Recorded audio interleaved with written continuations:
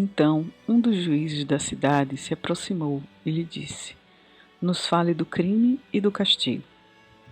E ele o respondeu, dizendo: É quando seu espírito se põe a vaguear pelo vento que vocês, sós e desprevenidos, cometem injustiças com os outros, e dessa forma também para com vocês mesmos. E pelo mal que causaram, vocês devem bater à porta dos bem-aventurados e esperarem algum tempo até que sejam atendidos. O seu Deus interior é similar ao oceano. Ele permanece sempre imaculado. E como o éter, sustenta somente os seres alados. O seu Deus interior é igualmente similar ao Sol.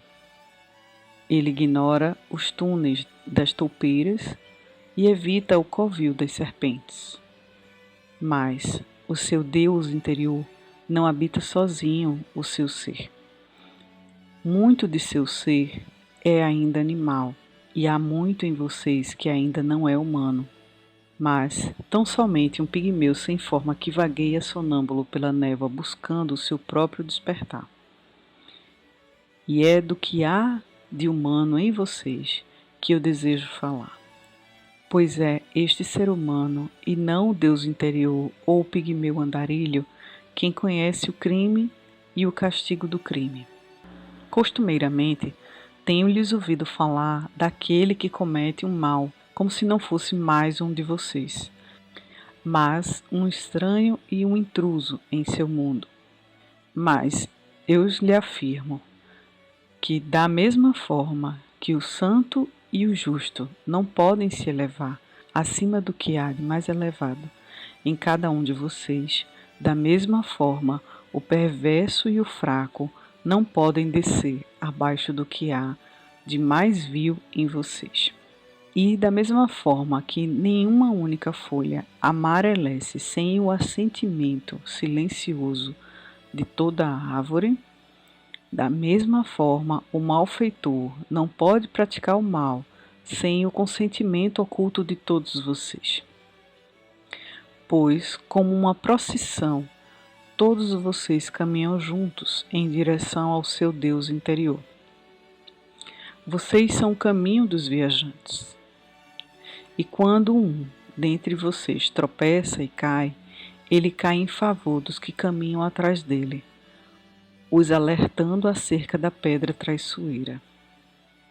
Sim, e ele também cai, pelos que caminham adiante dele, estes que, embora possam ser mais ligeiros e dar passadas mais seguras, ainda assim não removeram a pedra traiçoeira do caminho. E também ouvi isto: embora a palavra pese sobre seus corações, o assassinado não é estranho ao que causou a sua própria morte. E aquele que foi roubado não é isento de culpa por haver sido roubado. O justo não é inocente das ações do perverso, e aquele de mãos limpas não está limpo das ações dos corruptos. Sim, o culpado é muitas vezes uma vítima de outro que foi oprimido. E, ainda com maior frequência, o condenado carrega o fardo do inocente e do irrepreensível. Vocês não podem separar o justo do injusto e o bom do perverso, pois que ambos caminham juntos sob a face do sol, da mesma forma que os fios negros são tecidos juntamente com os brancos. E quando o fio negro se rompe, o tecelão examina todo o tecido e também o tear.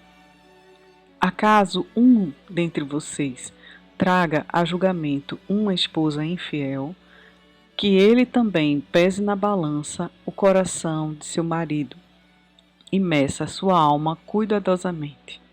E aquele que deseja açoitar o opressor, que examine o espírito do que foi ofendido.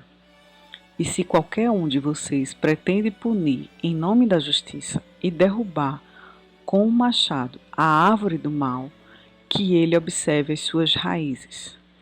E, em realidade, ele encontrará as raízes do bom e do mal, do frutífero e do estéril, todas elas entrelaçadas no coração silencioso da terra. E vocês, juízes que buscam ser justos, qual julgamento pronunciariam sobre aquele que, embora honesto na carne, é um ladrão em espírito? Qual punição aplicariam sobre aquele que, embora seja um assassino à carne, é uma vítima de assassinato em espírito? E como processariam aquele que, embora seja um impostor e um opressor em suas ações, é também molestado e ultrajado? E como puniriam aqueles cujo remorso já é bem maior do que os seus delitos? Não é o remorso uma justiça administrada pela mesma lei que procuraram servir? E, contudo, vocês não podem colocar o remorso no coração do inocente, nem retirá-lo do coração do culpado. Ele gritará espontaneamente pela noite, para que os homens despertem e contemplem a si mesmos e reconsiderem suas penas.